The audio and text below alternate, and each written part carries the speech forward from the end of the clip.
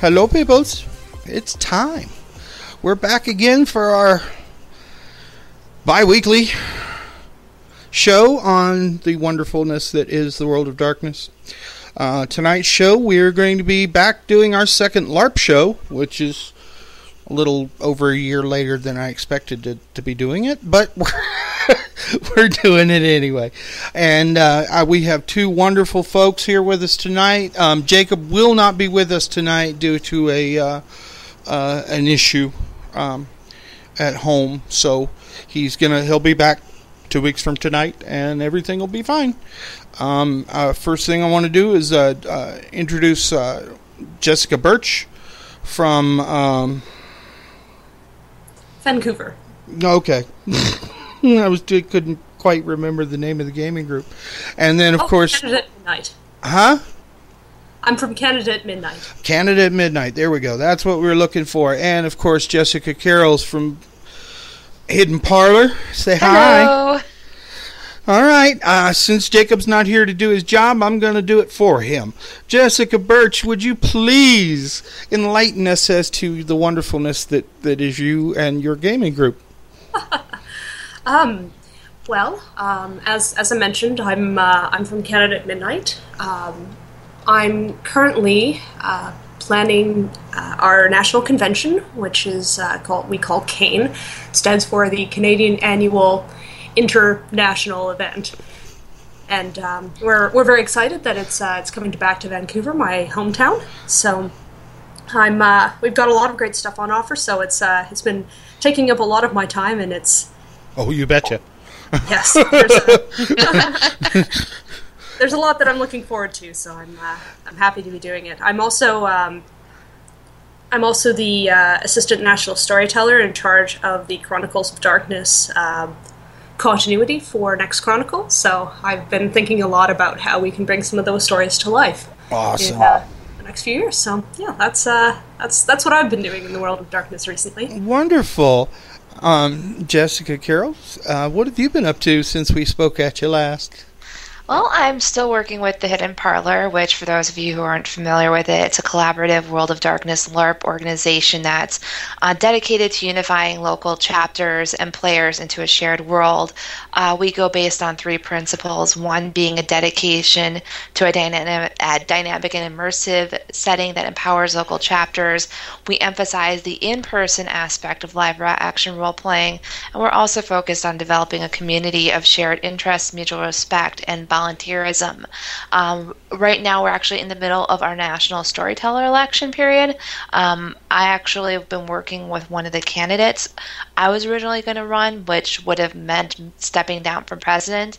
But in collaborating with one of the candidates, we actually found a more advantageous solution where that individual would run, and I would be on their team as an assistant, more as a team lead, because my strengths lie a lot when it comes to, for lack of a better term, getting shit done and getting shit organized. Yeah, that's what I was about to ask you, was is the election, I would assume that there's a prerequisite to even being nominated, because you have to be a decent storyteller to be elected, I guess. Well, the way that we have it structured is that the individual chapters vote in the national storyteller. But one of the things that we're doing this election process is during the vetting period, we are asking that the national storyteller candidates submit a plot kit to show competency, because that's something that we've had issues with in the past. Is we've had people who are eager and willing to take the position on and wanted to do good with it, but really didn't have the organizational skills or even the story writing skills to be able to pull off something on a massive level, which is why we're being a little bit more firm when it comes to the requirements in our vetting process on that. Not to say the previous NSTs were bad. They were very passionate. They came in during the early period of our club. But at this point, we really need to focus on qualifications, which is why there's those additional hoops. Good. So that's what I've been working on there. And I've actually, off of the Hidden Parlor and outside the World of Darkness, I've actually been working with one of my friends on developing a new LARP system entirely. Okay, you're going to have to... You want more info? Yes, please. Okay. So it's called Sidereal Sanctuaries. The reason I developed it is I realized that there is a need within the LARP community. There's this love of urban fantasy, of playing supernatural creatures out there, but the backdrop of the world of darkness is you're playing the bad guy who is an agent of these various institutions that keep things politically incorrect. And in this environment, especially in the United States, there's this need, this hunger to be able to have social justice as part of fantasy play, which is why we've developed this Sidereal Sanctuary setting where your character is able to explore concepts of social justice within basically a bubble of, well, that bubble's not the right term, people will make fun of that, within the confines of you're with others like yourself, but you have biases, you have concerns, you have prejudices, you also have your own goals, and a lot of it is interacting with each other and with an outer world that doesn't really like you because of who and what you are. So it's being able to have that type of engagement to look at things like privilege and oppression, look at community building, decision making as a community, but still having that urban fantasy motif that a lot of people are engaged in at this time. Awesome, thank you. Okay, now we've got Jessica Birch's intro done. Can you give us a bit more info on the Cane Con that you've got coming up? In case somebody listening would like to maybe make the trip? Certainly. So as I mentioned, the convention is it's going to be located in Vancouver. That's Vancouver, Canada, not Vancouver, Washington. Uh-huh.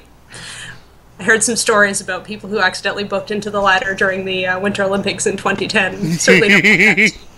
I certainly don't want that to happen here. It's the first. It's the first of our national conventions of the new Chronicle, and we've got some very very interesting events that are coming. We've got By Night Studios is actually going to be doing a Changeling the Dreaming playtest of the new rules that they've got coming out. So we're very excited about that. Victor liked that, and listen, yeah, Jessica's enjoying that too. I've just never gotten into it. I've learned quite a bit doing the show because we've done Changeling shows, and it's okay, but I would sooner play werewolf, and I'll never be a werewolf. I really want to see what they do with the system. Yeah, I'm actually pretty impressed. If they can pull off, the changelings, then maybe, just maybe, we might get some mage rules. Well, my primary experience before I became involved at the national level was as a changeling storyteller, so I'm extremely excited. It was one of the first LARPs I ever played, and it was my favorite. It's my favorite in both sort of continuities, editions, whatever you want to call it. Old WAD, new WAD. Doesn't matter. Oh, okay. So, Victor calls it a niche market of a niche market. Because, it is. Most folks are way more willing to play a vampire than they are a fairy.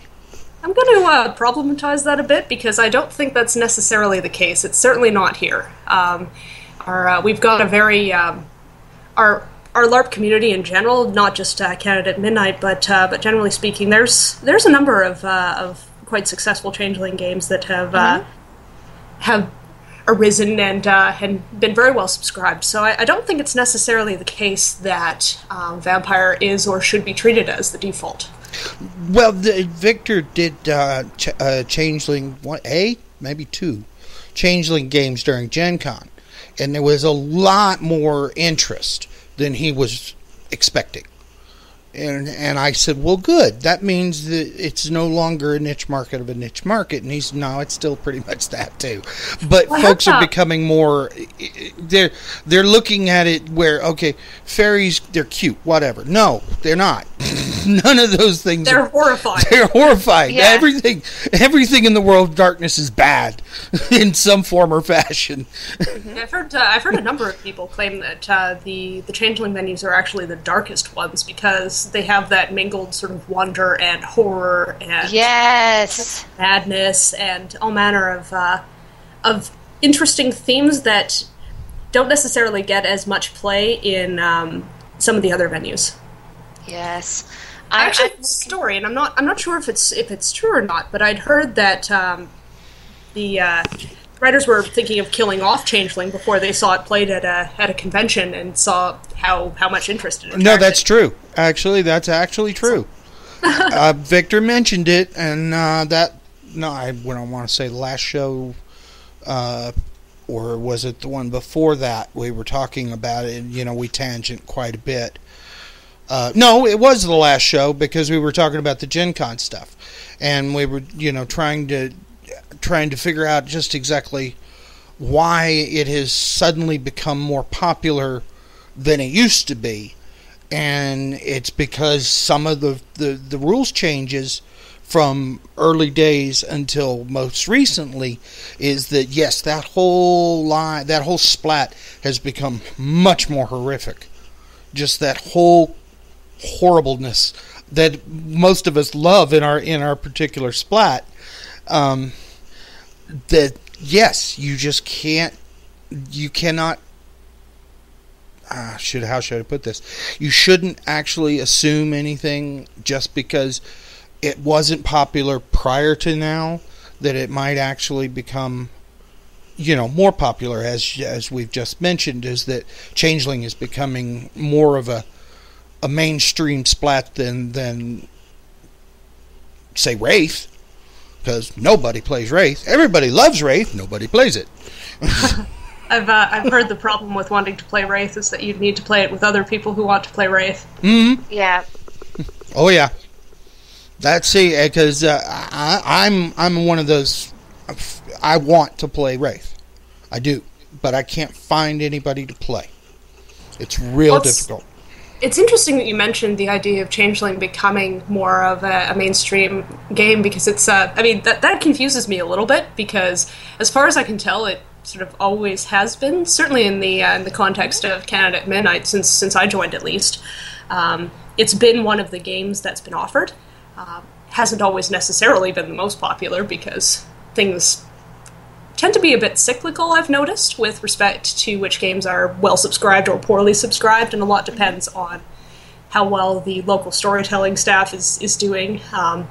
But it's interesting to talk to folks with different perspectives, because as far as I'm concerned, as a product of my experience, it's always been a mainstream game. Well, outside of the three big ones, Vampire, Werewolf, and Mage, it's not. It doesn't rank up there. But if you use the rest of the splats, Wraith, Mummy, Kindred of the East, because I don't really consider them to be vampires. That's just me, though. It's a bit of a difference as far as the that goes. That's Changeling, really interesting. Huh? That's really interesting. I think it depends a lot on where you are.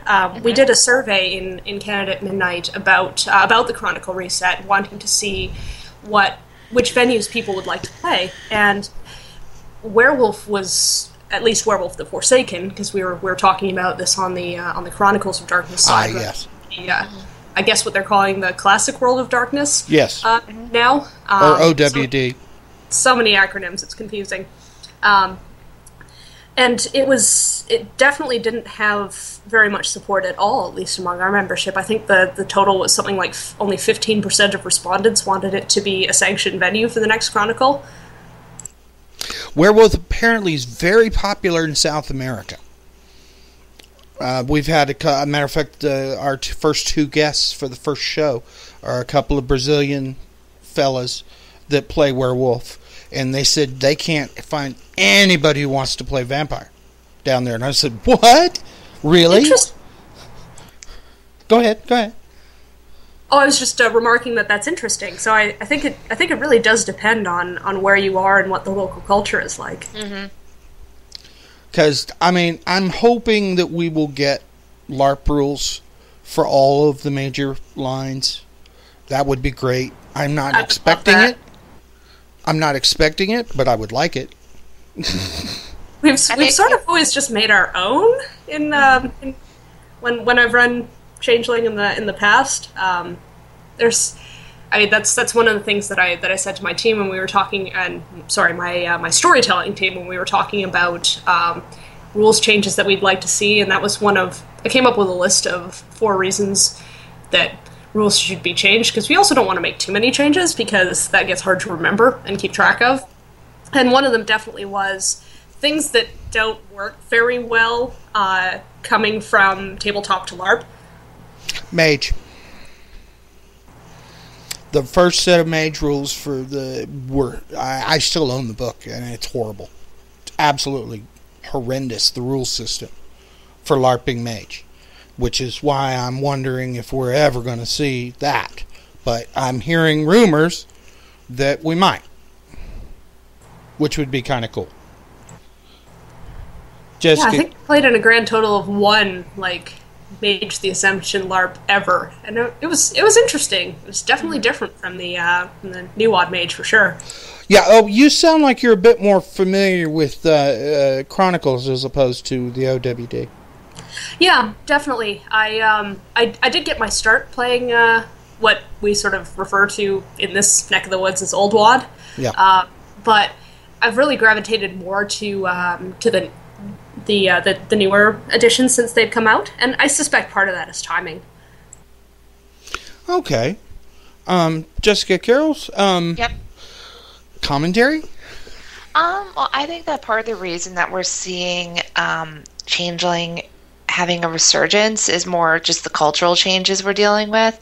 If you look at a lot of the TV shows that are out now, they're almost modern urban fairy tale. As an example, I was actually binge watching the last season of Once Upon a Time past few days, and a lot of it is that fairy tale in the modern era. There's also this need or this want for hope, even though it's hope fighting against despair, or the whole Changeling being the darkest venue, because you have that hope and you're fighting for hope even though everything is falling apart around you. I think that people are looking for that type of way to be able to process their feelings right now, even if it is a way to also have fun in the process. One of the big things I'm actually curious about with By Night Studios is what they are going to do to basically have it where adults can go through the chrysalis. What they did with Werewolf in order to enable people to play a character that of their age. And a lot of us who are fans are already in our 20s, 30s, and onward, they did the Bite as a way to have an older character go through the first change. I'm wondering what they're going to do with the Chrysalis to have an older character go through the process of becoming a changeling. Yeah, that's going to be interesting to me as well. We have, in Canada at Midnight, we have a long-standing sort of rule that is basically no child characters. Mm-hmm. Simply because when you have child characters mixing with adult themes... These are adult topics, yo. I'm going to be honest. Yeah. So, But side note, see what they do. Lost Girl was, if you wanted to do a Changeling TV show, that would have been it. Are you familiar? Yeah, very familiar. So what do you think? I've got about 5 seasons into it. If you add in a little bit more anachronism to pull off the Seelie and Unseelie courts, I definitely see the comparison between Lost Girl and Changeling. Oh, okay. Definitely going to have to watch it. Yes. It is. The guy who runs the bar is a leprechaun, for God's sakes. Going to have to see if it's on Canadian Netflix. Yeah, it should be. It should be now, and that was one of the shows that they were able to bring to a satisfactory end instead of it being canceled into oblivion. Okay, yeah. Sorry, my brain went to Firefly when you talked about things that were canceled into oblivion. I don't even want to talk about that. There are nerds ready to drop down and start a throwdown at a con over that bull. Okay? Tell me no. Oh, yeah. Some people get really upset about that particular show being canceled the way it was. And even with the whole movie, and then you go and kill off Let's not go into spoilers. Some people may not have actually seen it yet.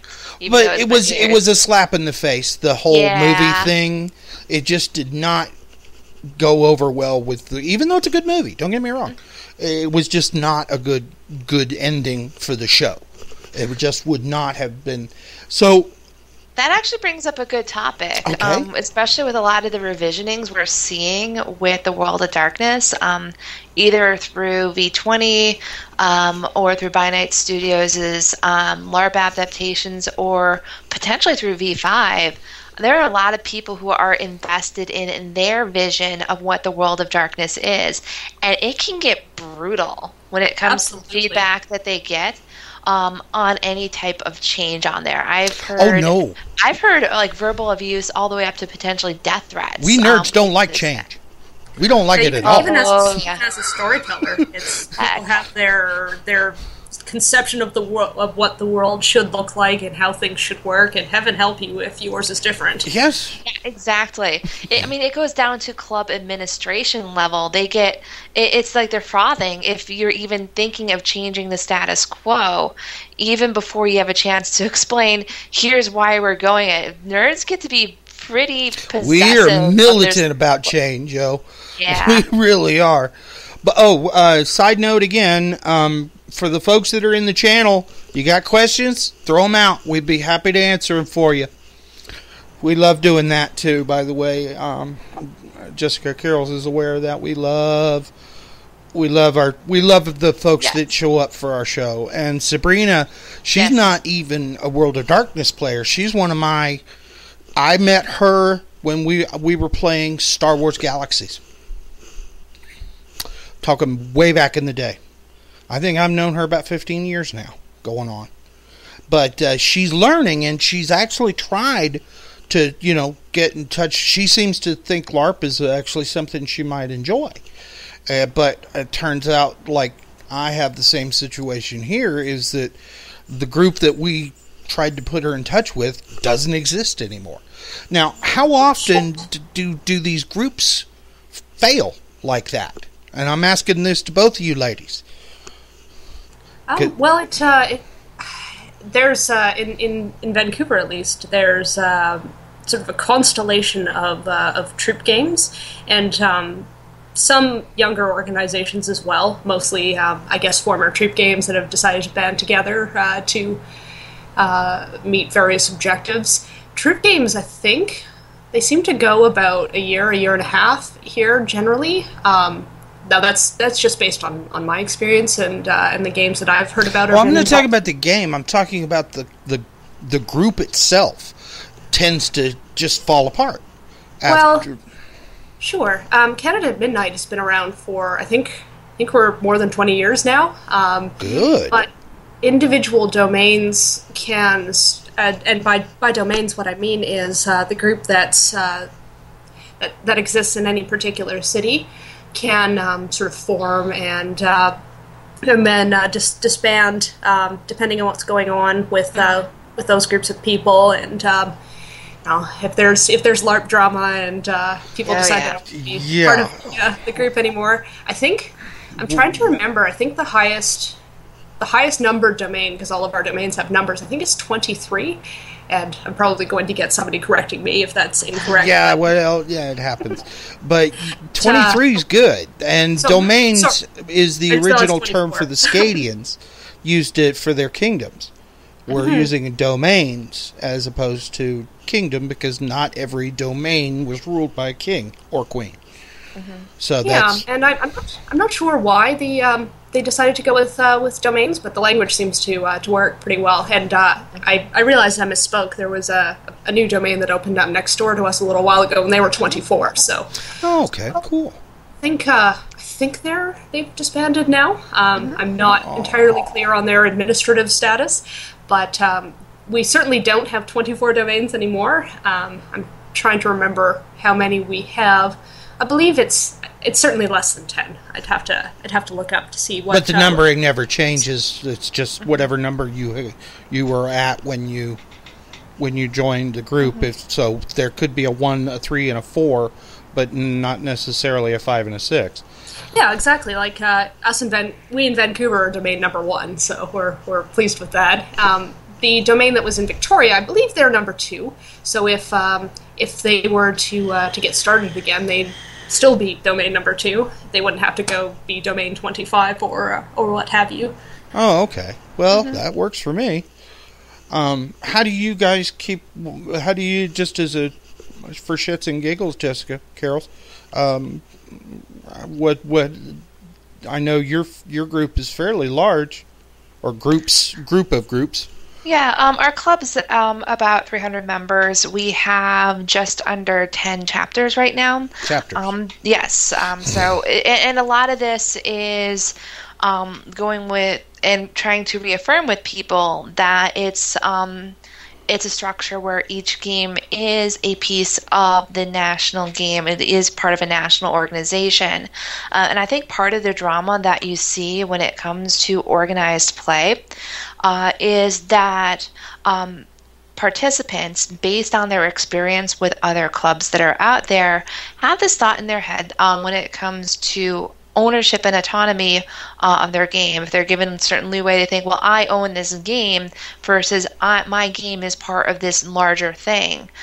So when you start having those who are on a national level making business-like decisions for the club, they feel that their thing is being threatened, which leads to drama rather than recognizing that rather than that chapter being their possession, that they've been given stewardship to this piece of this whole. So I think that's part of what we see a lot when it comes to drama in various clubs, is that difficulty in registering that the nuanced difference between having a game that's part of a club and having a troop game. Troop games, they're owned by whoever's running the thing, where a game that's part of a club, not so much when it comes to that ownership. So I think that's where you see a lot of drama there.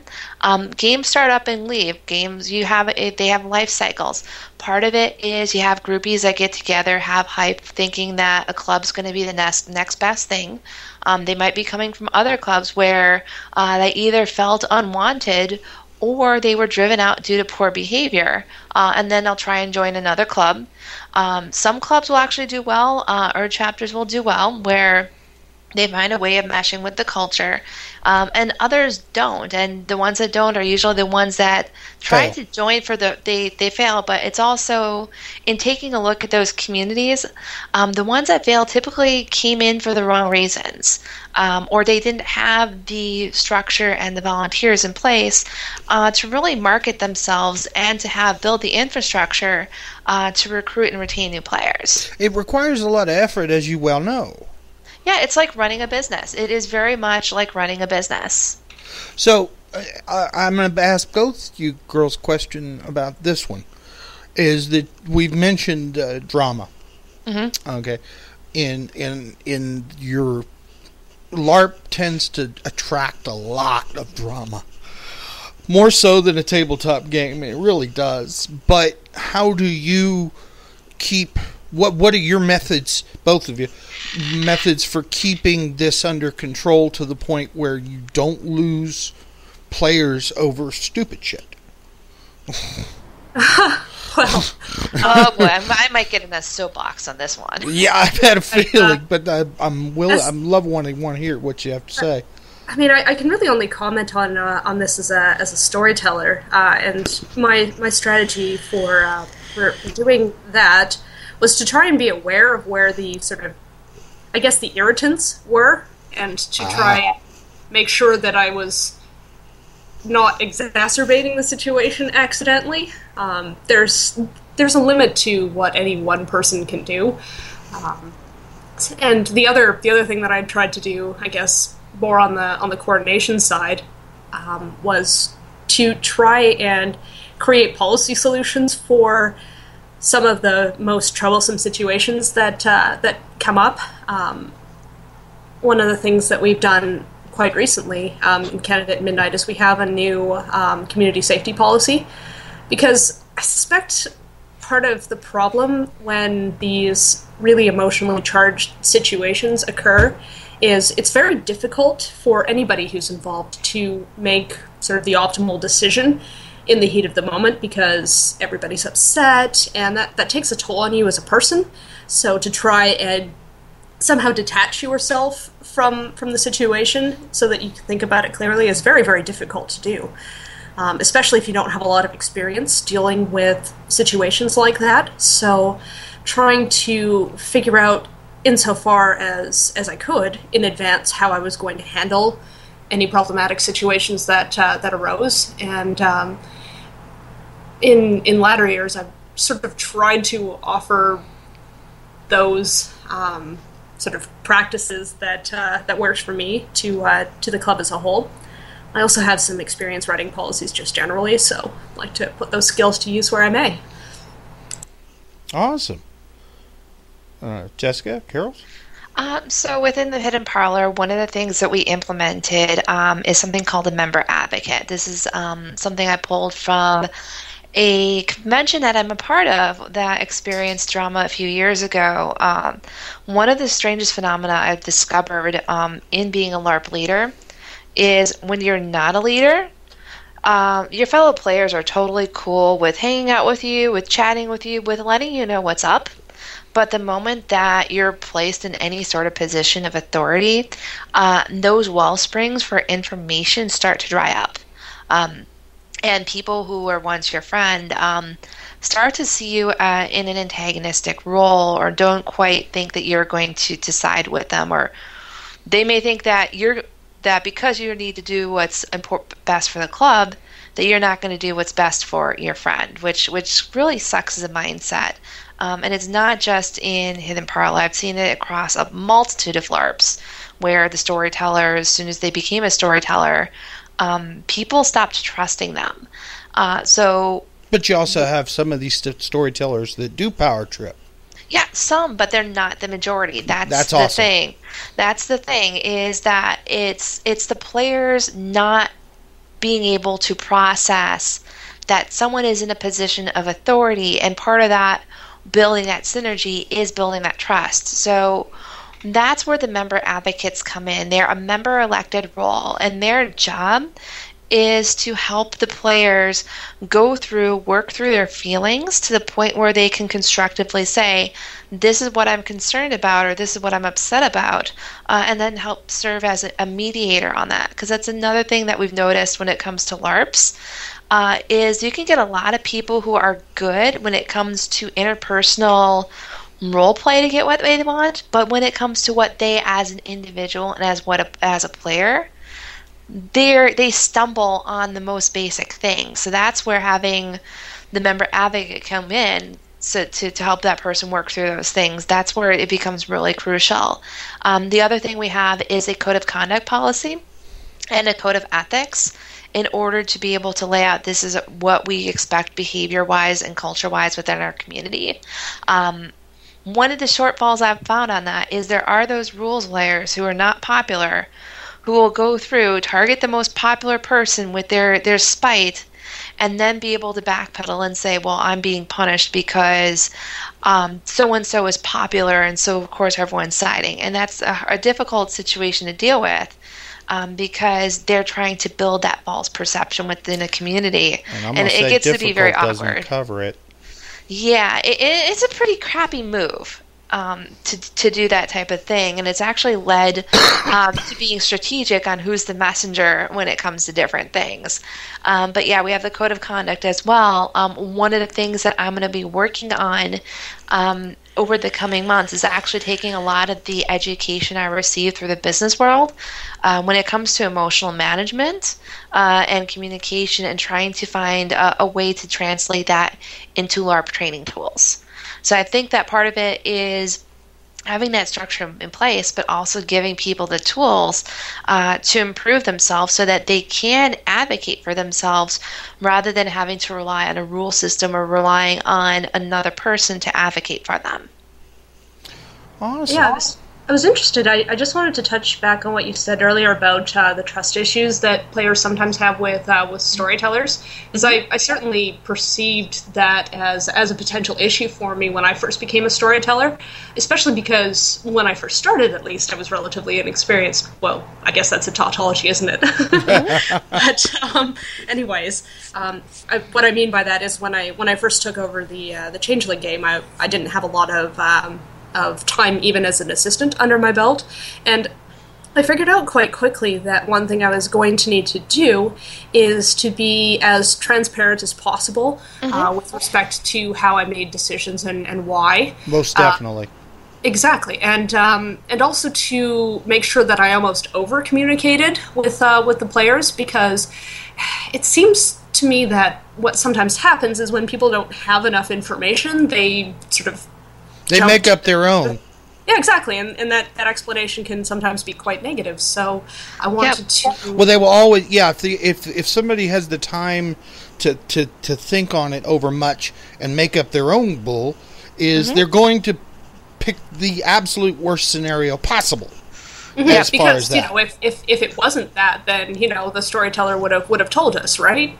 So I felt like I definitely had some responsibility as somebody in a leadership role to try and head off as much of that as I could at the pass. Also, as a player, it would drive me nuts when storytellers would say things like, "Oh well, I can't tell you about that. You just have to trust me." And part of me was thinking, well, I don't know if I can because I don't have any information. So I wanted to make sure that I built up enough sort of, I guess legitimacy would be the way to put it, showing that where I could, I did communicate and I was transparent. So that when I did have those times, which every storyteller does, where you can't tell somebody the real reason behind something, that the players would trust that I had a good reason and I wasn't just doing it because I'd been caught out or because it didn't go the way I wanted it to and I was trying to alter the outcome or whatever. So I just it's quite easy to sort of say that people should trust their officers, but I also feel like that comes with a responsibility on the officers to not just be trustworthy, but be seen to be trustworthy as well. Yeah. Oh yeah, and with the transparency, you don't even need to. You won't have anybody second guessing you on your honesty because you're right there, right in front of everybody. Everybody sees the exact same thing, so there is no he said, she said. This is it. And that's great. I have always thought that was usually one of the best ways to stop an argument before it starts, because some folks will hear something one way and then they'll go to somewhere else and they say, oh yeah, this person said this to me this way, blah blah blah. No, you're not hearing them correctly, I guarantee you. Yeah, and that's another thing that we deal with a lot within the community, at least from what I've seen, is when you do communicate, you have to do it in small sound bites. You have to repeat the message and just keep repeating it because verbatim over and over. I hate saying broken record, but that really is the only way to get the point across, because some people will have selective memory, or they won't pay attention, or even if you put a giant bolded disclaimer on something, they're going to skip the disclaimer and look at something else in whatever pack you send out and freak out not reading the disclaimer about it that's meant to try and diffuse the situation prematurely. So it's one where, yes, having communication is important, but also having the people skills to diffuse a situation when gamers don't read the effing manual, that's also important as well. Diplomacy. I suppose I'm a bit... It's not just for blood points. I have a reputation for being a bit imposing as a person, so I suppose that also solved some issues as well. Now, Jessica Carroll knows this, but I didn't start out playing tabletop. I started out LARPing, which is sort of bass backwards as far as most folks apparently. Well, you're in rarefied company then, because I was the same way. That's awesome. See, somebody else. We finally found one other person. Because we've been talking about this one for over a year now. How is it that you know, because I LARPed, and I played Vampire the Eternal Struggle, the card game. Jihad. I hate using the PC name. It just still makes me mad. I said, y'all just need to dial it back a notch. It is not just because they happen to use the term jihad. It's not even spelled the same. It's pronounced the same, but it's not. So yeah, and I've always thought in terms of more LARP oriented than tabletop, even though I own most of the core books for the splats, but again, never even played them. Well, it's first one aside, and then I'd like to sort of talk about that whole LARP first kind of perspective that we apparently share. First off, regarding the name of the Vampire the Eternal Struggle game, I think there is something to be said to being sensitive to the reactions that people can have to language. That's certainly. But this was pre 9/11 before they did this. However, be that as it may, that's something that we've definitely talked a lot about with respect to community safety and ensuring that everybody feels sort of welcome and comfortable in the game. So I guess what I'm trying to say is I don't agree with your take that that's too politically correct a change. With respect to the LARP first perspective, it's kind of funny because I realized recently that I've been LARPing before I even knew there was a word for it. So I guess I'm kind of like a LARP hipster over here. My friends and I just sort of played these games where we'd create characters, we'd act them out, we'd make up our own rules. Like, that was just a thing that we did. So that's awesome. I can't get out of that mindset. Almost. And it looks like Scott has also, that's where he started too, was LARPing. But that's rare. That's super rare. Well, shout out to Scott then. Yeah. Word, brother. Okay, question. Now, I guess both of you ladies have been over to the New World of Darkness site, the beta? Yep, I may have had access to it prior to everyone else. Nobody heard that. Nobody heard that. No, it's not a secret there. I was actually invited to take one of the earlier peeks at it because the people who were developing it knew that I was developing the membership portal for the Hidden Parlor, where I was doing a lot of expansive stuff on LARP administration tools online. So if you're familiar with some of the non-character sheet functionality of Grapevine, the old Mind's Eye Theater tool, I was kind of translating that over into my platform. And the individual who developed it, their version of the character database was very troop-centered and was more looking at it from the character buildings or character sheet administration. So we bantered back and forth when it came to features if you wanted to run a network game. And I got poked a few times to test it out. So I'm really excited with where things are going on it. And I'm really excited that there may come a point where I may not have to be code monkey for one or more LARP clubs. Yeah, I watch your posts on that, and I was like, oh, this poor girl's working herself to death. Well, it's some people do knitting, some people do crocheting. I do coding while I watch TV. That's cool. I do surveys. We're nerds. I swear, man. Hey, do you actually do like data visualization analysis of the results? I do, actually. That's also what I do for a living, so... We are super nerds. Oh, yeah. Even in the context of a LARP podcast. All the other nerds... It takes a pretty big nerd to pull that off. But I was going to say is that I actually went ahead and recreated my LARP character. As soon as I got access, I thought it was kind of cool. Now, I'm noticing some issues. Like I'm getting a blood point. I'm getting a 29 points of blood out of a maximum of 5, apparently. I'm not exactly sure how the hell that's working. So there's this neat little link on the bottom that says, I think it's called Report a Bug, where you just click it and say, hey, this is what's happening, and the news that goes to the developer so they can go and figure out what's wrong and get that fixed. All right, okay. I will do that.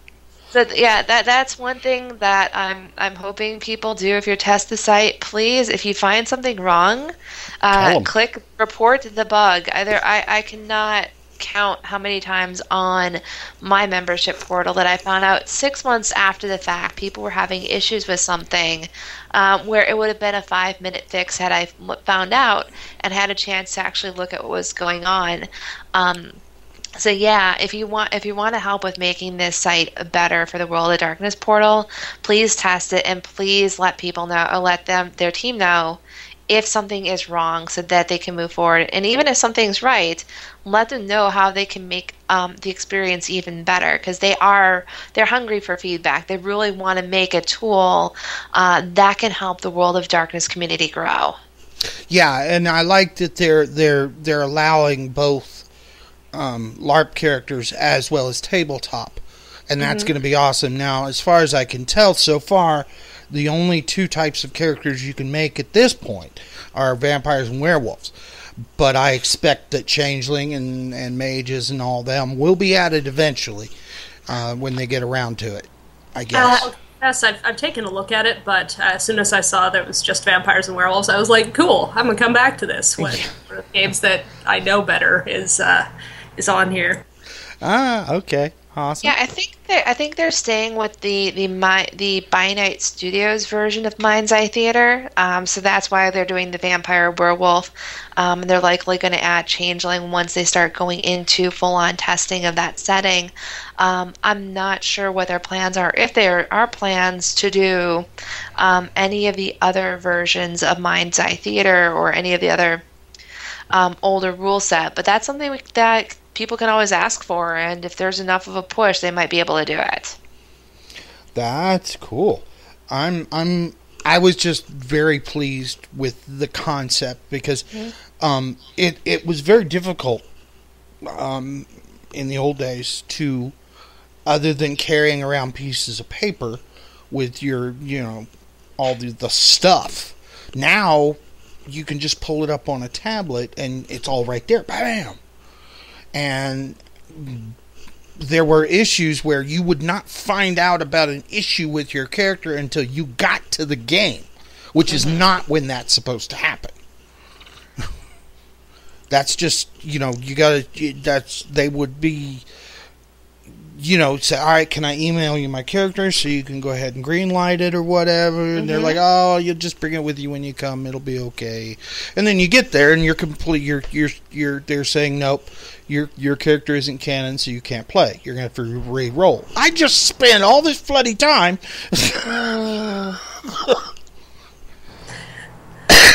So, yeah. Yeah. I like Google Docs for that purpose, in terms of sharing things between all the people who need to be able to see them. At Canada at Midnight, we use the Mind's Eye Society's approvals database as well, which I'm not as much of a fan of. No, the mess rules, man, are just that.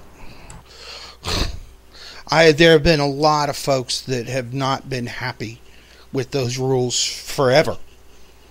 I'm going to be honest. And it looked like there was very little movement in trying to fix them, except for one group, vampire.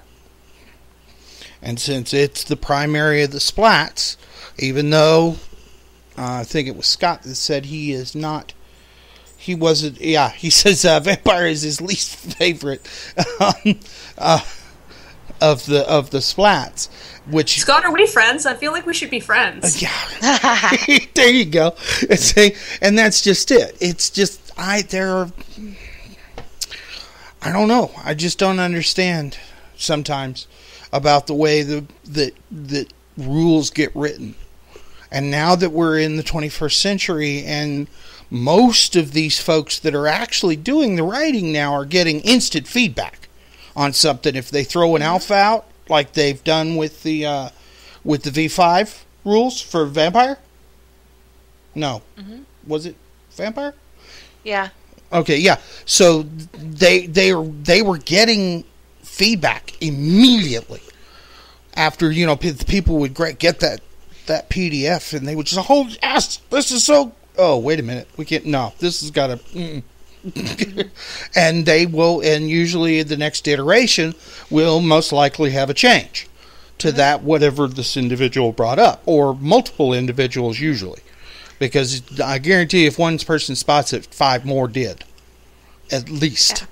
I think also rules get interpreted differently in different places. I remember that's a storyteller thing, though.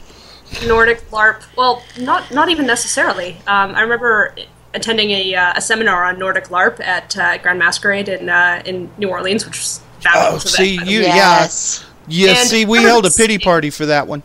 And I remember them saying, we never intended to create our own style, we just thought this was how it was done.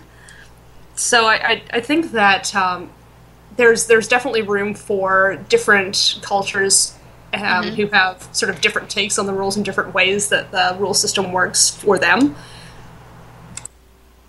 Okay. I'm sitting here. I'm sorry, I got sidetracked for a second here. Oh, no worries. In terms of how rules are developed, I mean, on our side of things, at Canada at Midnight, I can comment on that a little bit. Okay. We were going to get around to that when I was going to trying to keep this on a fairly upbeat, keel for the time being. Because once we get into that discussion, things are going to take a turn for the dark, I think. Yep. Because there are not a lot of people that are happy about the situation. Not that they canceled. No. No, everybody thinks that was a good idea. Do we want to jump into that topic anyway, since you seem to be dancing around it? All right, sure. Let's do this. All right, Jessica, Birch, let's start with you. You sounded like you had something on your chest that you wanted to get off, so let's... I was mostly speaking about the rules of the games in terms of the issues that can arise with the game system rules. But in terms of the cancellation, I support them. I do feel sorry for the people who'd already made travel arrangements. That really must suck.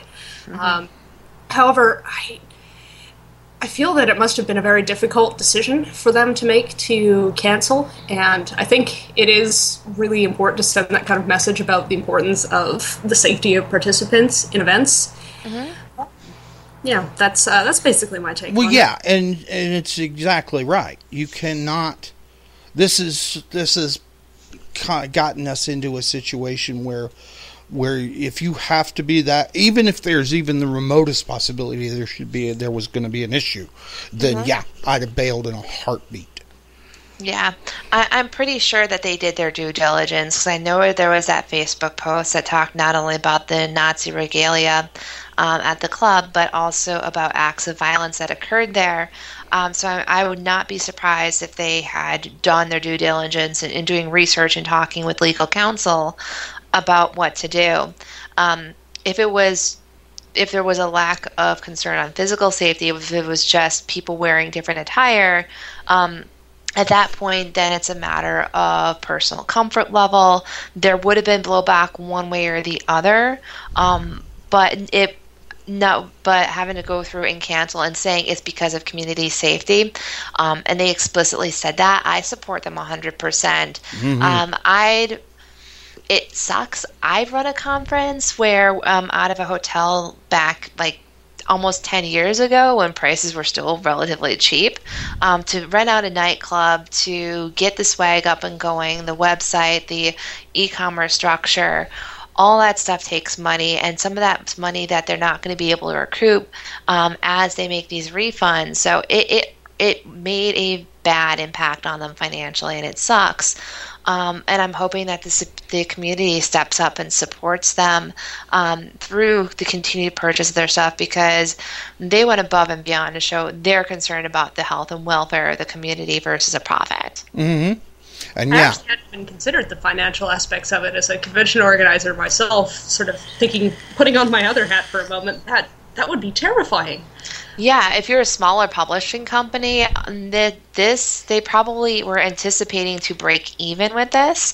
My guess from running conventions, this is, I mean, they're, whatever deposits they've had, the refunds, anything that they may have to give in order to try and ease customer concerns. Because again, there's people who have canceled flights or who had maybe set up a hotel room on a non-refundable deposit that they're going to now want to try and make right with. Fortunately, Mind's Eye Society and Underground Theater are stepping up and looking at ways to try and accommodate those who still want to go to the area because they may not be able to cancel at this point their own reservations. I heard something about vampires in Disney World. Yeah, that was planned for Sunday, but I'm guessing they're looking at different options. The various clubs are looking at options of sites for games during that weekend as well, for those who decided that they were just going to show up anyways. So, again, I do not envy the position they're in, and I know that it's making me want to buy more By Night Studio stuff and give it away as presents, just because I want to show this the company the support that they need to see for this type of decision that they made. Yes. And are they actively trying to find another venue in the same area? I'm not quite sure. I haven't heard on it. I know they're looking. I haven't heard any updates since late last week. Okay. Because I've been scouting. When is the game? Or I guess it's a game, yeah. Well, it was originally going to be the weekend of Thursday, September 28th through that Sunday, which I think is October 1st. Again, several of the clubs are looking at trying to find locations. I know White Wolf is also lending in their support that they announced on their Facebook page. So if you want to go look at like By Night Studios' Facebook page, the Masquerade by Night Facebook page, White Wolf's Facebook page, those are different places that you can look for up-to-date news on what's going on if they are able to find a site for some of the clubs who still want to play in that area. Awesome. Oh, and speaking of one of our Brazilian werewolves, one of the folks has popped in from Nisaugaru from Brazil. We were talking about y'all earlier in the show. Hi, Pedro. How you doing, man? I love doing this show because I get to meet, and well, technically meet. Virtually meet. Yeah. Some really cool folks. Oh, no. No, don't tell me this. Oh, what's happened? I don't know. We're getting an unsupported resolution issue. I hope everybody can still hear us. Yep, I can hear you. Well, I know you guys can, but I'm talking about the folks in the channel. Because this is not good. This is not good at all. What does it mean? I don't get that. Current resolution is 480 by 300, which is not supported for this configuration. Expected resolution is 1280 by 720. Okay, I don't know where the hell that's coming from. All right, if you guys can still hear us in the channel, please let us know. We're going to keep going as if we actually have not encountered a horrible issue. Okay, they can still hear us, so we're good. So, Pedro, if you've got some questions about LARPing, the ladies here would be very much... Now, we haven't really discussed werewolf LARP much, mostly changeling and vampire, but yeah, Brazil is listening. That's good. Oh, I love werewolf. I have fun with werewolf. I'm actually going to be going back to my local werewolf game in a couple of weeks. You got a big fur hat? Actually, no. Though I'm tempted to get like a shaggy rainbow hat for my character. I play a child of Gaia, who's a bit on the snarky side. So there's that website called tturtle.com that has all those snarky unicorn memes and t-shirts. I've bought those up for my character's wardrobe. Awesome. Yeah. You do put a lot of effort into your wardrobe. I get a big kick out of you getting ready for games because you usually go and get your hair dyed and the whole deal. And I'm like, oh, yeah, this girl's really into this. I appreciate that kind of support for a game that I love. I do have a special affection for Werewolf the Apocalypse. It was actually my very first LARP, formal LARP ever. I also have a signed copy of the Omega Slice rules from when I was at Grand Masquerade, so that's... Well, Jessica Carrolls knows what I meant about the big fur hat. Is during one of our LARP discussions as a tangent, during one of the werewolf shows, they were trying to come up with ways to, when they're switching from human to Krynos, and how to designate that during a LARP. And I said, just get a big fur hat, man. That's all you need. And you plunk that thing down on your head, and at that point, you are now Krynos form. Let's do this. One of my friends has this almost lacy, almost furry white cowl that she wears at LARP. And when she drapes the cowl over her head, that's how she represents that her character is in lupus form. Awesome. See, so yeah, the fur in any way, shape, or form, big furry boa, whatever, makes you. And we've discussed a couple of times about where I think, Jessica, you were the one who's saying hit up Goodwill. If you ever need LARP stuff, that's where you go.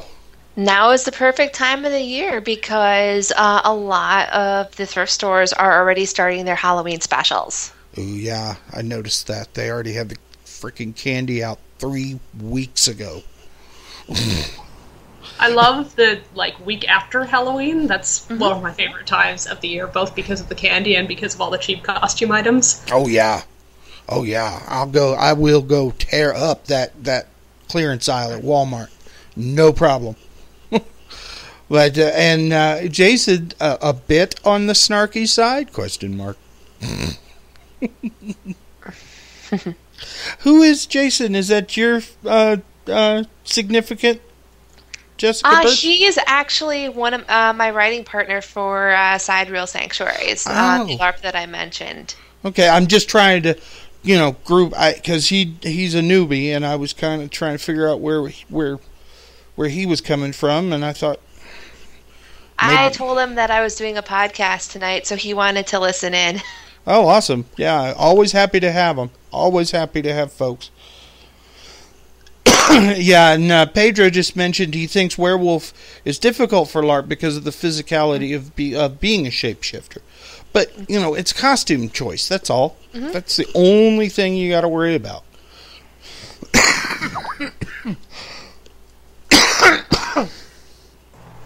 It's interesting because, as I mentioned, my sort of formative LARP experience was just walking around with my friends being weirdos in our neighborhood, and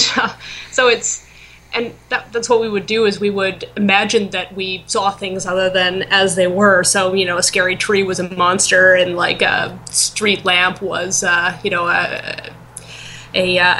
tower, and that sort of thing. So it's always it was an adjustment to me to realize that other people expected there to be props and costumes and physical signifiers for different things. Oh, okay. All right. One of y'all just messaged me. Did we lose you? Oh, that was me. My audio's cutting in and out, so I just wanted to let you know. Oh, okay. Thank you. What did you need me to repeat? Oh, just if I wasn't responding to a question. Oh, okay. My bad. Yeah, my Windows Explorer just rebooted for no readily apparent reason. Boy, things are not working well tonight. But oh dear, it's another technocracy night. Shh! Don't say that. They're always listening, and you know it. We don't talk about the technocracy. I just figured it was free council trolls. Yeah. There we go. Here's a question from Pedro. Is what about rage? How do you translate that idea for LARP games? Either one of y'all. Hello? It's been a very long time since I last played Apocalypse. doesn't seem to have a big following here in Vancouver. At least not one that I'm aware of. Usually, it was just via sort of the acting skill of the people involved. Snarling, making and grimacing, that sort of thing. Which I realize may not be the perfect solution, but it's sort of how we did things back when I was playing. Okay. And he was asking, what about the Umbra? And I'm assuming that it's very similar to the use of disciplines for vampires, is that they're hand gestures to, I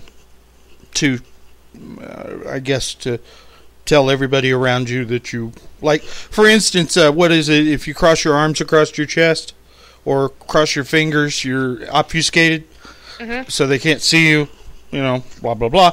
So, yeah, that appears, I would assuming, if they step sideways into the Umbra, it's some sort of hand gesture.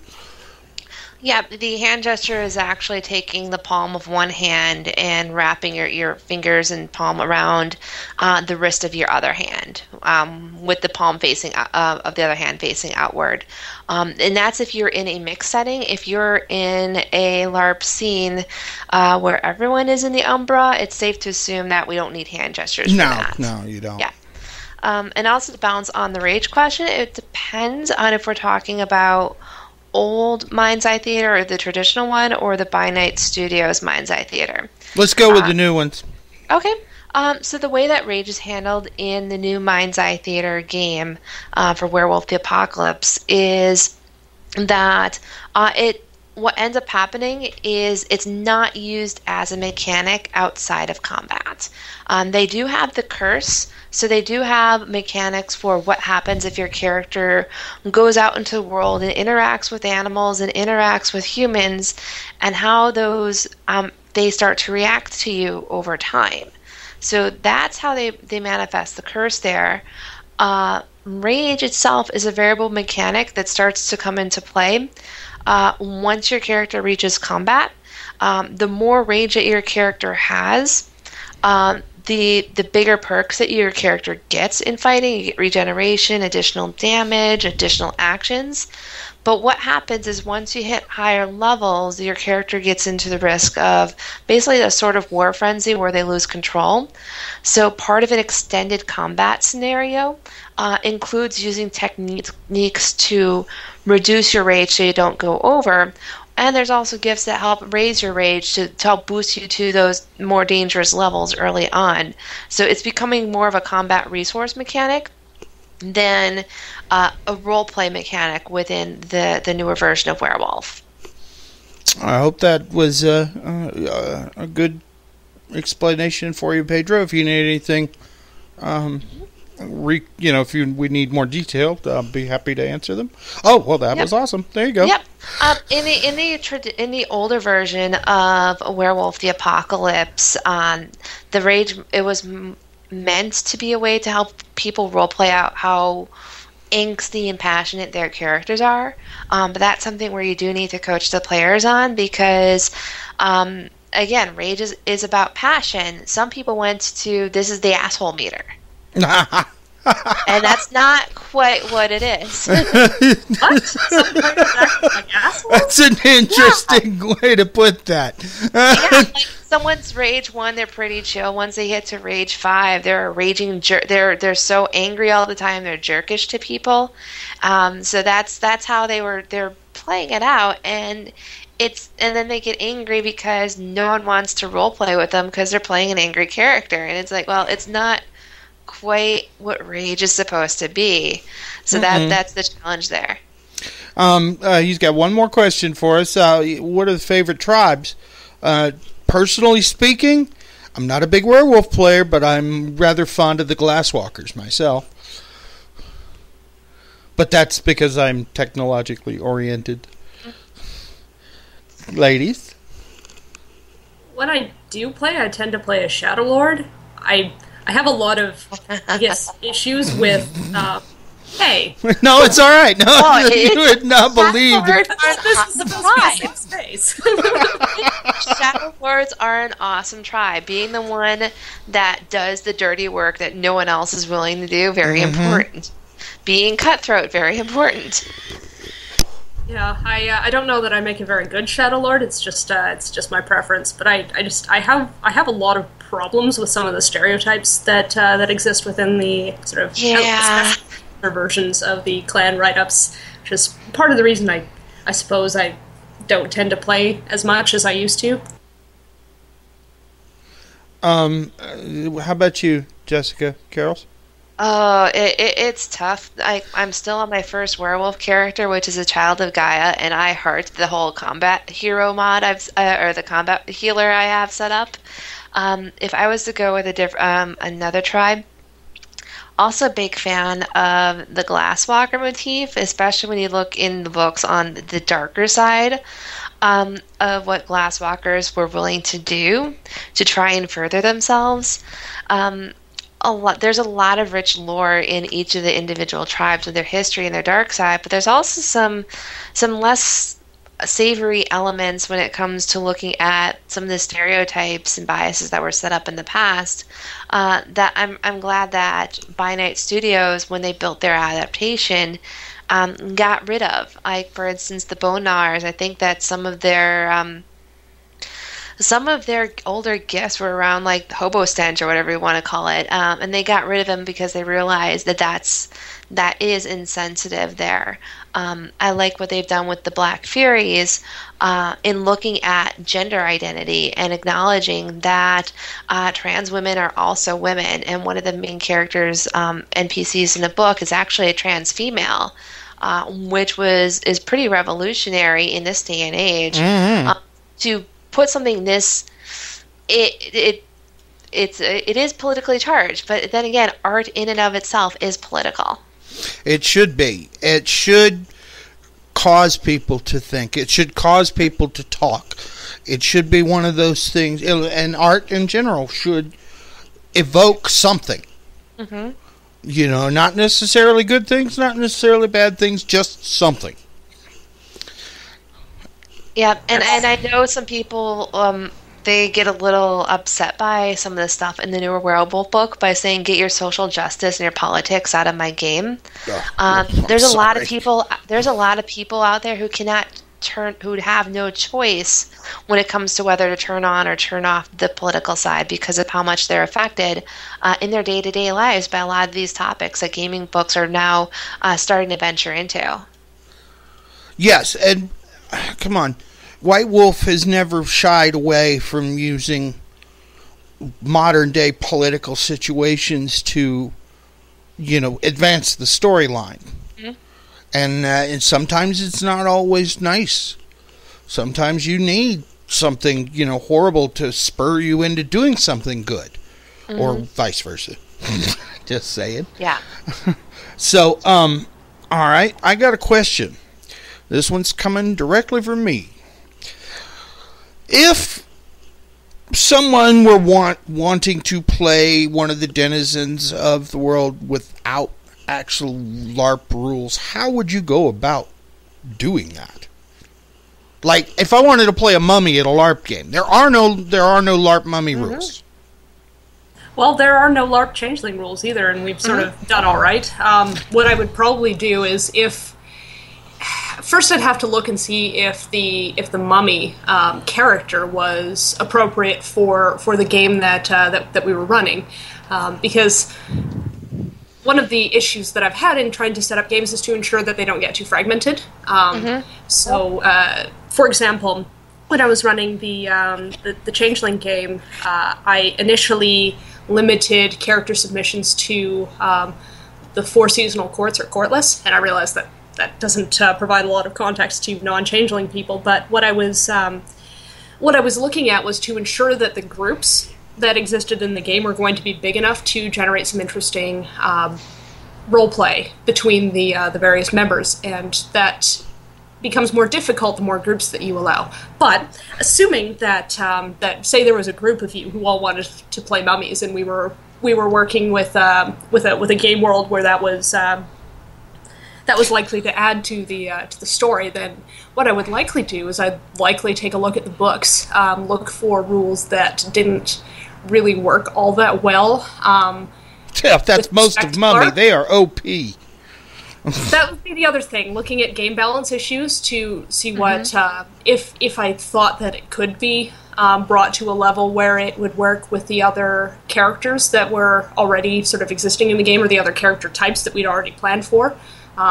Could be that it would be mummies and demons, and that's what we would have. But, well, no, that's actually but here's the thing. Okay, for instance, say that the prince of a particular city has owes a boon to a mummy who, as far as the wanting to play the mummy, just, he either wants just for one or two episodes maybe would want to bring in that mummy as a player character. But that would be, mummies tend to be lone critters, I guess would be the best way to put it, is you don't usually find more than one of them in any given situation. Fair enough. Pardon my ignorance then. That's okay. No, it's just they don't tend to conglomerate like the coteries of kindred.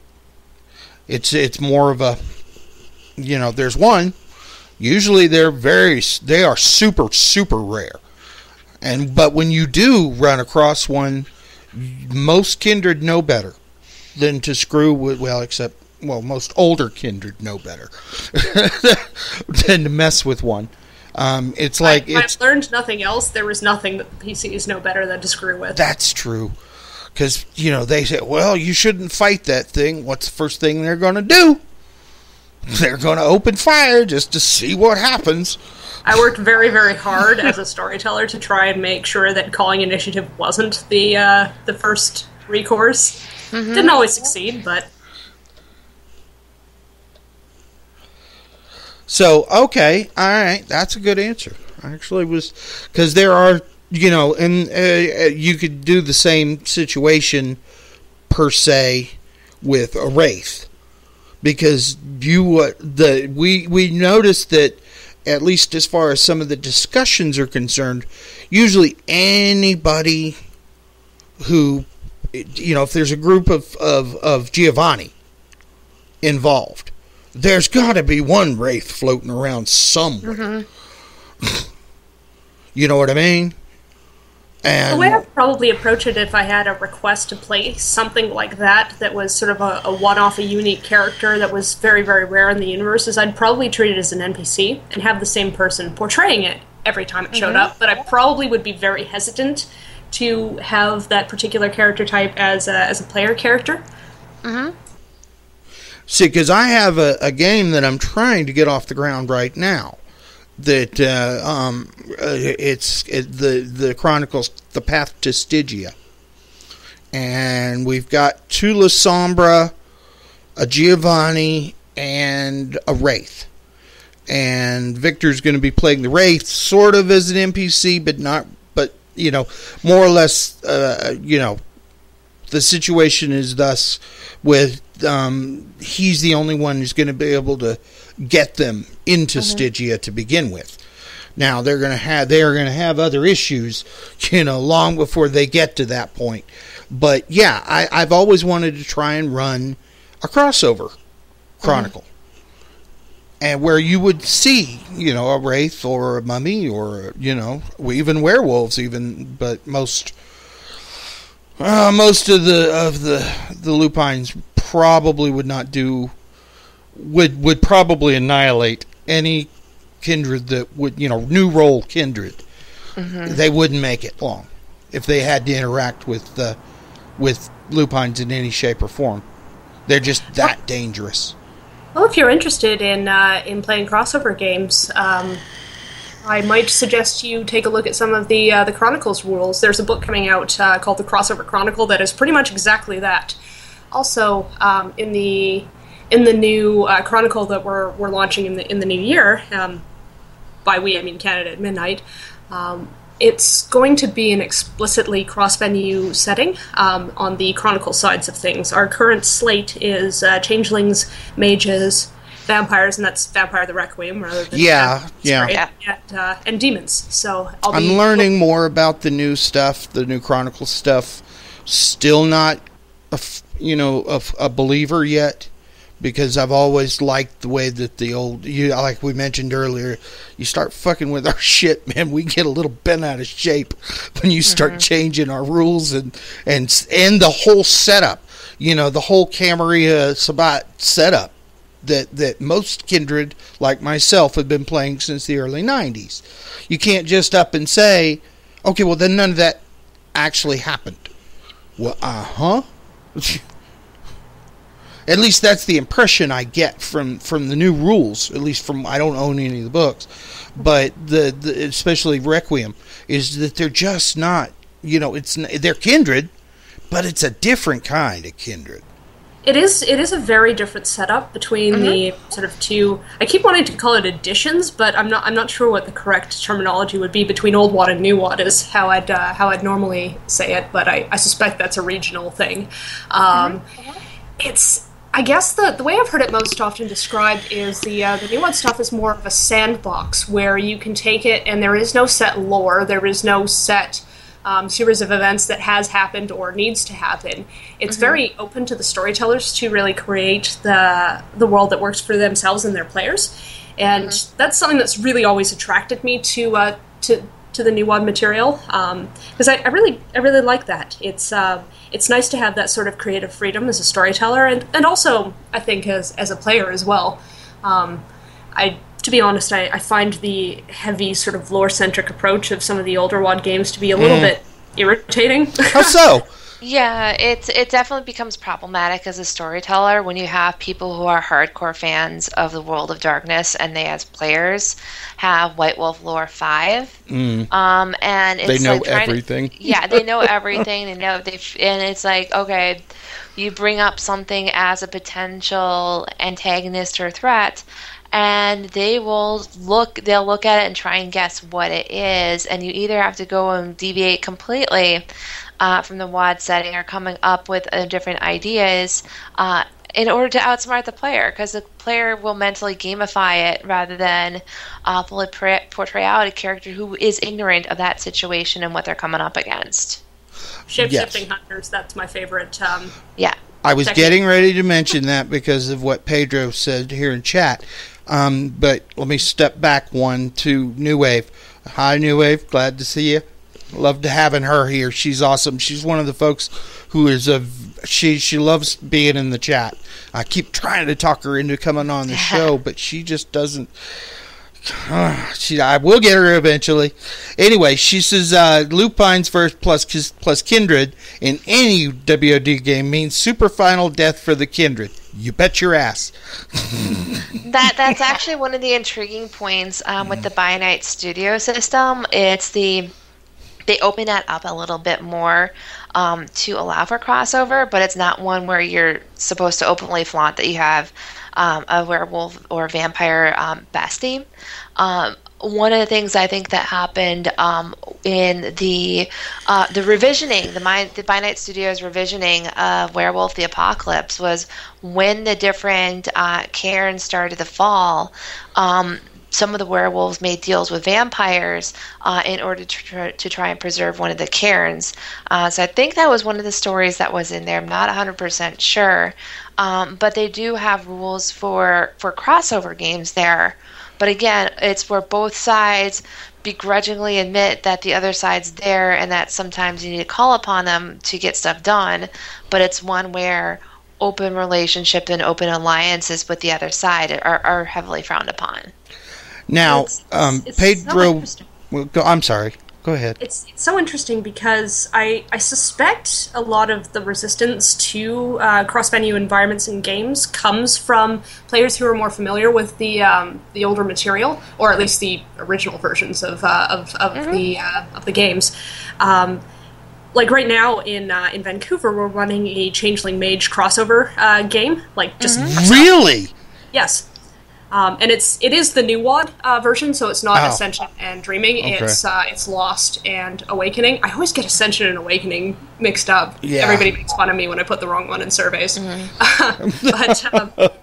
It's just a lot easier in with the New World of Darkness rule set, in part because there isn't sort of this heavy baggage of lore and, the worm is always evil, so you should destroy all the vampires and that sort of thing.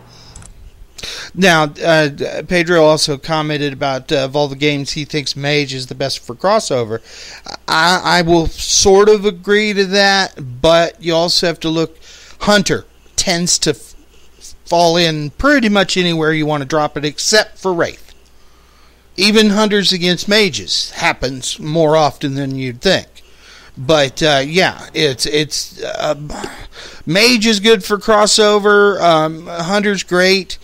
Mummy was set up, I think, at least from what I can tell, to be, it is its own splat, but it's sort of a supplement, not a full core book, I guess, would be the best way to put it. I don't know, have you ladies read Mummy the Resurrection? No, I haven't. Okay. Nope. The rules are, like I said, they're OP as all hell. You don't want to make one of these things mad at you. Because you can't kill them. Even if you do kill them, they come back. So, OP. I do vaguely recall the sort of the new one, Mummy rules, and the only reason I'm familiar with it at all is because we had a monster building system that allowed us to draw from material from the other splats, so I know them in the context of interesting and unique abilities I can give potential antagonists, but I don't know anything about them outside of that. Okay. All right. And that was the other, as Jessica Carroll's mentioned earlier, is you get these guys who've got 5 dots in White Wolf lore, that's one of the systems that not everybody's familiar with. So you could throw a mummy at them and they really wouldn't have clue what the hell to do.